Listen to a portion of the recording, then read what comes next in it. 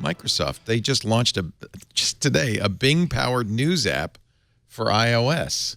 Yeah. News Pro. That now, and they have their. I don't know why anybody would want this, but they have the keyboard app for Windows Phone is now. I saw that. I was like, all I thought I was like, wow, that looks really weird. I don't want that. No idea why anybody would want that. Even if you love the Windows keyboard, Apple's still not great on third-party keyboards. Well, that's why I stopped. I went right back. Yeah. Eventually, because it switches in secure situations, they want you to use the Apple keyboard. It's just too confusing. As much as I hate the Apple keyboard, I don't use a third-party keyboard on iOS because that's one of the reasons I do have to say I love an iPad Pro with a keyboard because using a real keyboard on iOS is awesome. Yeah. Awesome. Well, they also brought back the keyboard to Apple TV, which is super interesting now because people are looking into whether they can apply keyboards to games the way they do on a PC. And it's not clear yet because I think in the official SDK, it only takes key down and not key up. And that makes a difference in gaming. But, you fast forward a year or two, once you start having like a real sort of computer in front of your TV that's still easy to use, it sort of opens up a lot of possibilities. So I don't see News Pro. I'm trying to download. Have you been able to download it, Renee? Or No. Yeah. Oh, here it is. News Pro, your work news brief. It's not an iPad app. It's a iPhone app. Yeah. All right. Well, I'll install on the iPad, which will give us a giant. Everybody's trying to get. I mean, when you look at Google, Apple, Microsoft, Facebook, trying to basically get into the news business is definitely become the business. Yeah, and Google too with AMP, Facebook with Facebook's news, Apple with Apple News.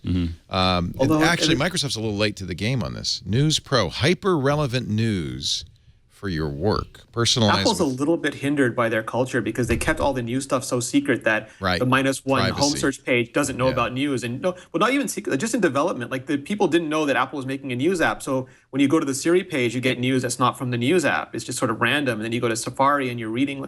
Like none of this stuff works together. And that's the one thing that's hard for Apple is to get past traditional secrecy and make a product that just news should be an operating system level service. I should be able to go anywhere. I follow you on Twitter, Leo. You recommend an article, that should show up in news for me. I agree. If I save an article like to reading list, that should show up in the news app for me. I shouldn't have these little silos on iOS. Well, that's why I like Nuzzle, for instance. Nuzzle's a good example of a news app that uses social signals and does a good job. This is clearly, Microsoft's product is clearly aimed at business, very much so. I'm so hooked to Flipboard that I'm just going to hard time looking. Kind of interesting that the first story is Lenovo. Second, let's see if somebody asks me to stop babbling. Stop babbling. Okay, sorry. It's just you thought we weren't listening to you? No. It's just I've been trying to participate for the past 5 or 10 minutes. Was Andy muted? I'm sorry. I didn't know if exactly. It wasn't me getting more and more irked. It was more at this point either they're being extremely rude or something's been muted at my end or theirs. I apologize. and unfortunately the chat didn't work on this side, so I couldn't just ping Jason to ask if Jason was he muted or did we do something? Okay. Well, anyway, you're on. Go. Okay.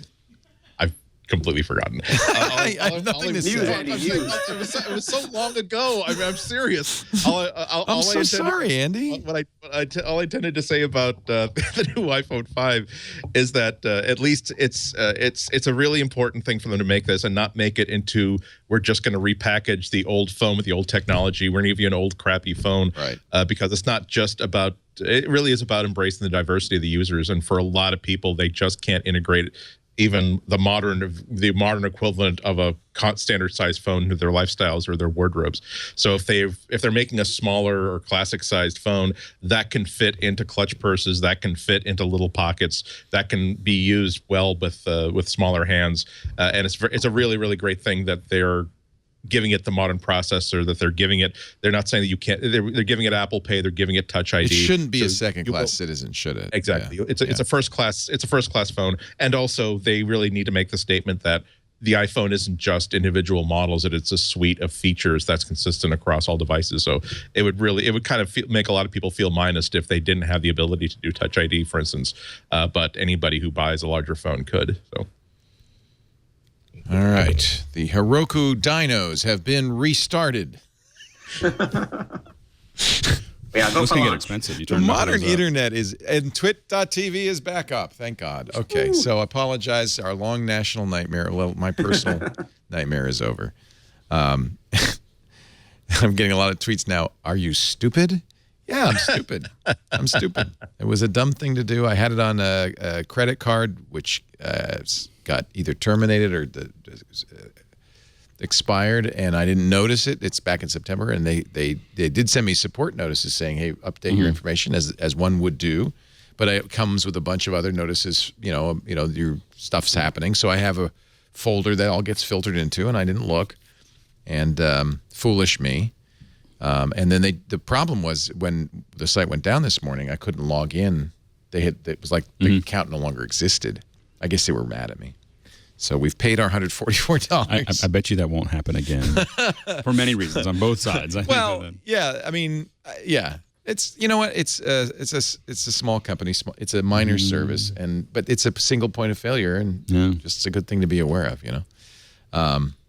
So we're back up. We've restarted the dynos. I love it that we have to do that. I don't even know what it means. So I actually know a lot about dynos. Because of Heroku? Yeah, we built Hazu originally on Heroku. We moved to Firebase. It's what they call their unit of computing power. Well, and then you can get these super dynos that are 40 times more powerful than the regular ones, but they're really expensive to run. So you have to kind of keep track of what you're doing.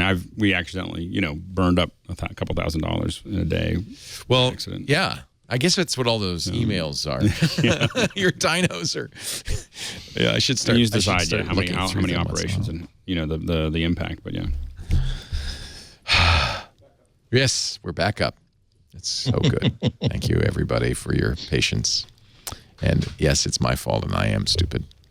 News Pro. Does anybody want to use that Microsoft keyboard? As silly looking as it is? I think that if Apple had a keyboard system that made it reliable to use third-party keyboards, right? They don't have to take over the whole market. They just have to create something that's useful. And as we've just been saying, there are a lot of people for whom they would love to have an alternative keyboard that could be operated one-handed because of these bigger phones. It's not about creating something that displaces something else. It's about making a richer and more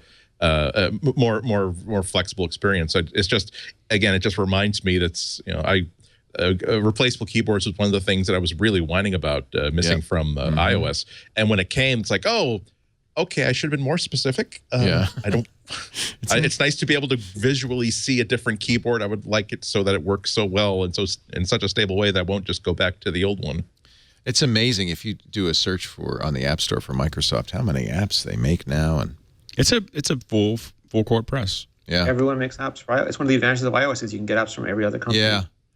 Yep. That is true. That is really true. And this is the great thing that happens when a company decides that we're going to try to support as many users as possible. That's you cast the widest net as you can. Well, and I think I think it's the irony, of course. I think they've given up on their own OS. I mean, I think that's I don't think that's true. I think they acknowledge that the 90s and the early 2000s are definitely over. I don't mean Windows. I mean the Windows Phone. I don't. Oh, it's never gonna get off the ground. They would agree with that because they would say that there is no more Windows Phone. There's just Windows 10. I think it's going to be a long time before their biggest problem is that they're having almost no success whatsoever getting developers excited about making apps that are targeting phones. All the real action is still happening inside the desktop style apps. So Surface Pro 4 is a wonderful tablet. I mean that without any reservation, but it still mostly shines when you're running it as a Windows desktop sort of device that has a little bit of extra flexibility. It's still kind of embarrassing that you can't get the sort of desktop class apps for the iPad Pro that you can for Windows Surface Pro, but you also can't get the sort of apps that really leverage the strength of having a tablet with a really good pencil as you can with the iPad Pro. So